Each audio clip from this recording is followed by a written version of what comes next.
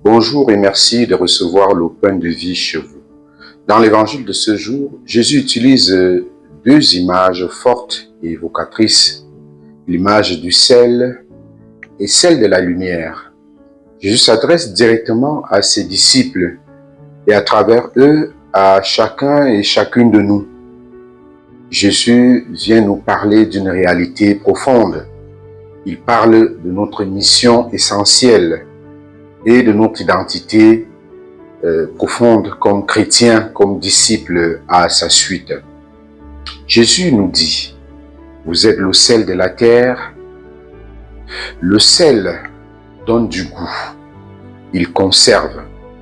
C'est une des qualités du sel. Être sel de la terre, c'est vivre notre mission de manière discrète mais décisive, en apportant ce qu'il faut. Une nourriture sans sel est fade. De même, une vie sans la présence du Christ, sans la saveur de l'Évangile, sans l'amour fraternel, sans la joie de l'Évangile peut être insipide. Oui, mes chers amis, notre présence, notre manière de vivre, nos paroles et nos actions doivent apporter une saveur particulière et singulière à la vie du monde, à la vie de ceux qui nous entourent, de ceux que nous rencontrons. Alors si nous chrétiens, nous perdons notre foi, notre amour, notre saveur de l'Évangile, si nous arrivons à perdre les valeurs de l'Évangile, au lieu de transformer le monde, nous devenons insignifiants. On n'aura pas apporté le fervent de notre foi à la vie d'aujourd'hui. Ensuite, Jésus nous dit, vous êtes la lumière du monde. La lumière éclaire, guide et réchauffe. Elle dissipe les ténèbres, révèle ce qui est caché et permet de voir le chemin. Être lumière donc, c'est être celui-là qui ouvre le chemin des autres.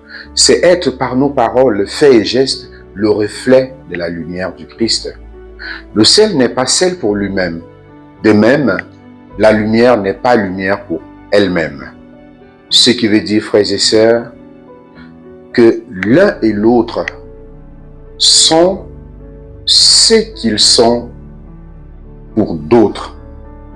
De même, nous ne devons pas garder notre foi pour nous-mêmes, enfermés dans nos églises ou dans nos cœurs. Notre foi est faite pour le monde.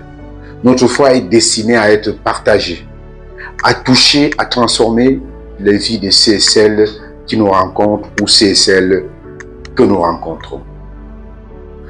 Notre foi doit être visible à travers tout ce que nous disons et faisons au quotidien.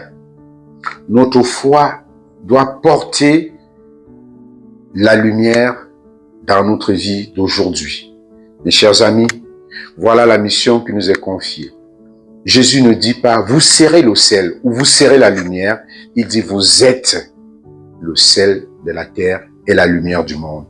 Que le Christ nous donne la grâce aujourd'hui d'être porteur de saveur d'une vie nouvelle et d'être éclaireur de la vie de nos frères et de nos sœurs, d'être la lumière.